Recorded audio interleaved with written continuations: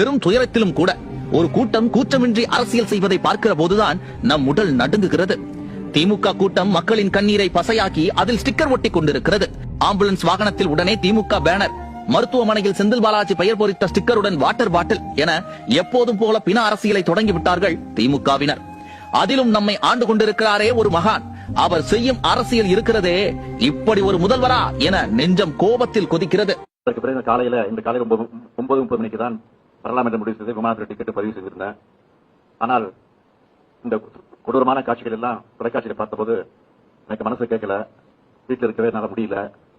அதனாலதான் முன்கூட்டியே போக வேண்டும் என்று திட்டமிட்டு 1 மணி அளவில் விமானத்தை பிடித்து இங்க வந்து சேர்ந்திருக்கிறேன். இரவில் தூங்க முடியவில்லையா, ஓடோடி வந்து விட்டாராம். அங்கே கள்ளக்குறிச்சியில் 70 பேர் கள்ளச்சாராயத்தில் இறந்த போது முதல்வர் இப்படி துடிக்கவில்லையே. நீதிமன்றமே கள்ளக்குறிச்சிக்கு ஸ்டாலின் செல்ல வேண்டுமென சொல்லிய போதும் கூட ஸ்டாலின் செல்லவில்லையே. கரூர் பெருந்துயரில் மட்டும் எப்படி சார் உங்களது உறக்கம் கலைந்தது? அரசியல், பிண அரசியல்.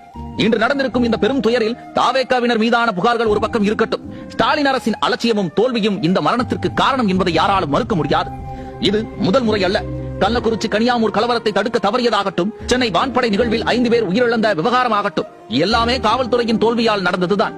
இன்றும் மரணம் நிகழ்ந்த பிறகு 27,000 பேர் வந்தார்கள் என கணக்கு சொல்லும் காவல்துறைக்கு அங்கே அவ்வளவு கூட்டம் இருக்கிறது என இரவு 7 மணிக்கு தான் தெரிந்ததா? காலை 11 மணி முதல் அங்கே விஜயின் ரசிகர்கள் காத்திருக்கிறார்கள்.